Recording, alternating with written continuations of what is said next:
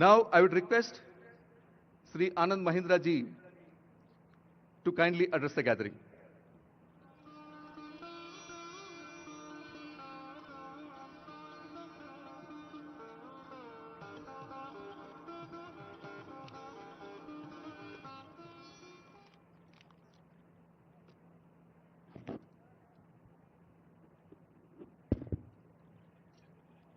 Honorable Chief Minister, Honorable Deputy Chief Minister, dignitaries on the dais, ladies and gentlemen,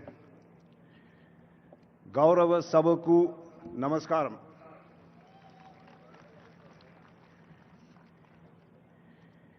Now, I'm sure many of you here today have at some point in your lives experienced a moment when suddenly the horizon of possibilities opened up in front of you.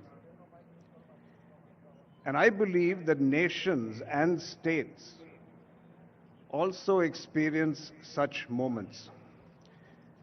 And as I stand before you here today, I can say with absolute conviction that Telangana is at precisely such a pivotal juncture in its journey. We are all here in Hyderabad today when a bold manifesto for the future is about to be launched.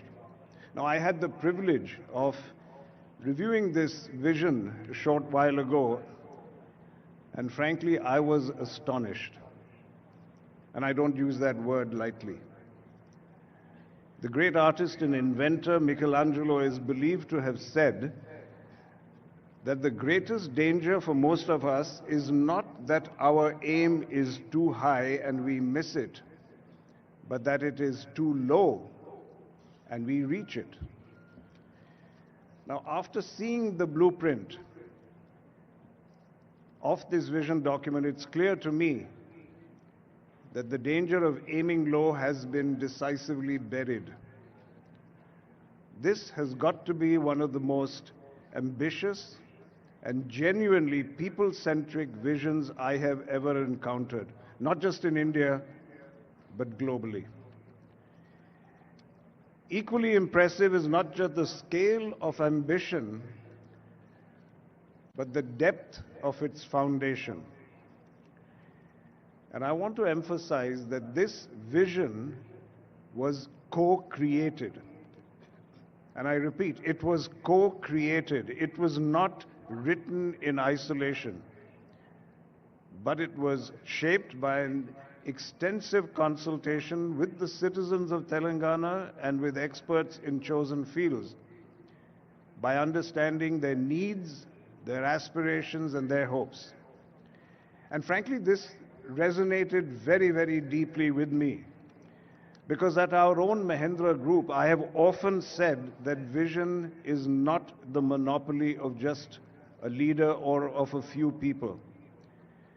And history has shown us that dreams which become reality are dreams which are shared, which are co-created. Because when people participate in designing their own future, the odds of success rise dramatically. And going further, when policy is shaped along with purpose, the impact is multiplied.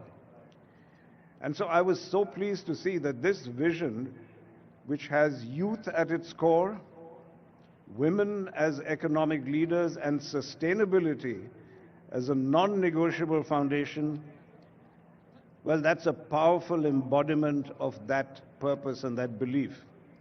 So I want to compliment you, Chief Minister, and to your entire team for following this very inspiring process. And at Mahindra, frankly, we are very proud to observe this journey, not just to observe it, but actually to be participants in it. One example alone, our women-led battery manufacturing facility in Zahirabad is not just a factory. It is our very own statement of belief in the future that is being built right here. And on a personal note, I'm honored to serve as the chairman of the Young India Skills University, as was mentioned earlier. Now, I have to confess, when the Chief Minister first asked me, I was very hesitant, as you will recall. And I'll be honest, at this stage in my life, I'm very, very protective of my personal time. And I had planned really to focus all my energies on Mahindra University, which is right here in Hyderabad, and on other educational initiatives that I had already committed myself to.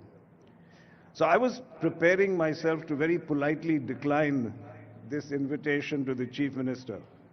And to be honest, after spending 4 decades in business, I consider myself a reasonably tough negotiator. But I met my match. The Chief Minister listened, he smiled, and then he presented a case which made it impossible for my conscience to walk away. You clearly are someone who doesn't take no for an answer. The Chief Minister, to be honest, saw that the Young India Skills University was not just about Telangana, but about India's future. That clarity of purpose turned the request into an offer that, frankly, I could not refuse. And since accepting this role, my conviction in this role has only deepened. And let me explain why. We are living through a digital tsunami.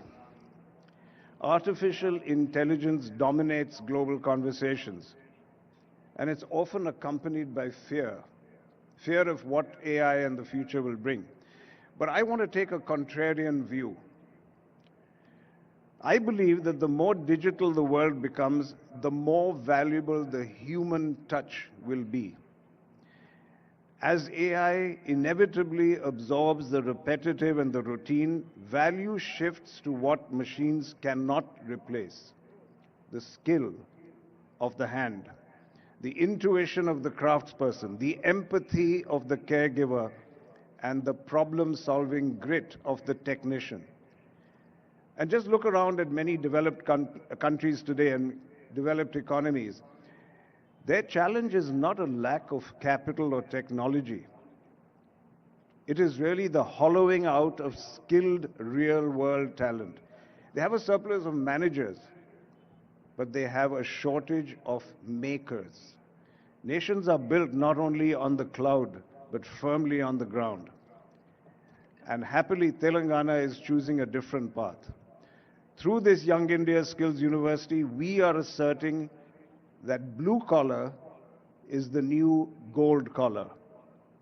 We are preparing a workforce that is not threatened by AI, but which is going to be indispensable despite AI.